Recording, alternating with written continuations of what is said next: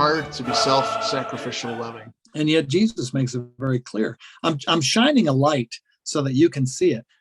Look at the things that he says and say he's shining a light on how we should walk through the world. But you can continue to stumble in darkness. A place up in California that we used to take the youth group, lava bed caves. And it is just an underground labyrinth of cave systems. You come in from up above in a lot of different places, but you don't have to get very far in there, and you are in pitch black. And you're going through holes that are small enough they have to crawl through, and then you enter these big rooms, and you just keep going. And there's part of it where there's drop-offs, and they give you hard hats with a light on it. One of the things we would do is we would reach this one room, and we would all sit down, and we would say, okay, everybody turn off your light.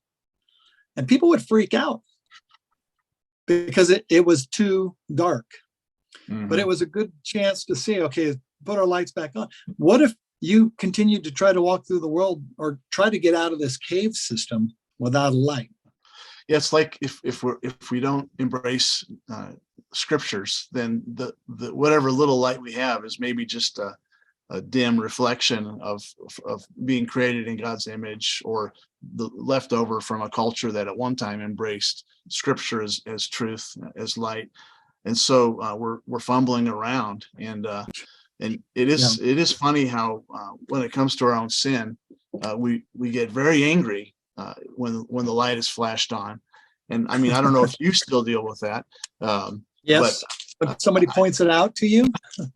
Yeah, like a spouse, for example, who's the most aware of it. All of us hate the light on some level because there's something that we're trying to hide within ourselves. But I have found the beauty of accountability, which on one hand seems like that's just a surrendering of freedom, but it depends on what freedom is. If freedom is being free from behaviors that produce hurt, guilt, frustration in your life, but you give that away and you find the freedom, and that there really is love in the constraints of truth versus lies. And and then I guess you get to the point to where you don't need the constraints anymore because you've been formed by the truth, to where you just naturally do those things, where you're naturally gonna and I see that in your life a lot. Even you're just talking about having your in-laws living with you. A lot of people would not want to do that, but you getting all teary-eyed earlier when we're talking because I don't know, somewhere love's in there somewhere, apparently. Yeah, I had a relationship with my in-laws before Julie and I ever started dating. Our families were good friends, and my father-in-law is a godly man and a gentle man, loving, and he's dealing with Alzheimer's to the point that he doesn't remember my name most times. He'll even, when I walk in, sometimes he'll be like, "Who's this guy?" And yet I know down inside there's this gentle man who's still there. There's and just, okay, Lord, what is this all about? But being able to serve him, to being able to help my mother-in-law, because she was carrying the load mostly herself when they're in South Dakota. There's only a very small part of me that didn't want to do it. And that was just that selfish part that thinks about, I like having my own little space, my own, our bedroom's kind of back there, and my own private bathroom back there where I could, not all that stuff. You have to cross the hallway now to use the bathroom, kind of thing. Yeah, I actually have to put clothes on, Alice. I mean, come on, but no, it's if you go really fast, you don't have to put clothes on. I play the Ray Stevens song "The Street" as I go. I knew you were going to bring up saying on 2 feet.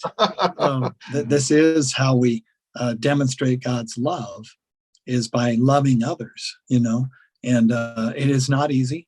In the booklet they have about the hummingbird and the fact that he looks like it's so smooth and flying and just hovering and all this stuff, but he is working his tail feathers off to make that happen.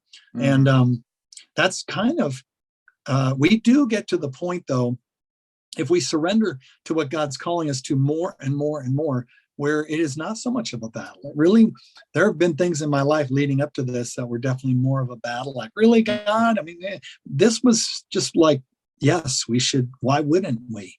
We have room. We love them.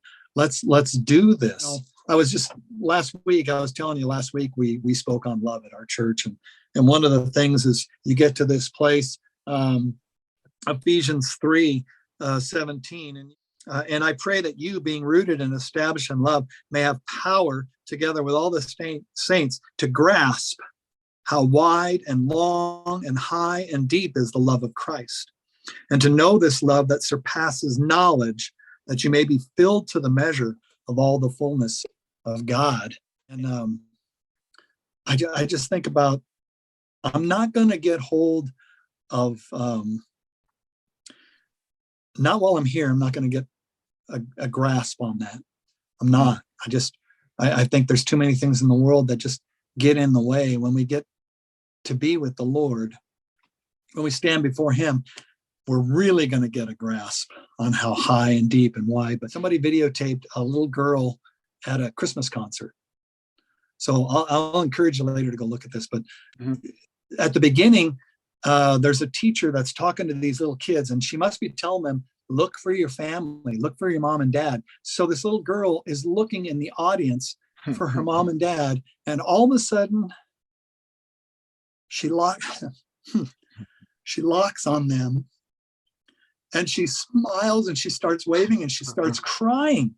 And I think, as I'm looking at this, I'm starting to, and as I talk about it, I'm starting to cry.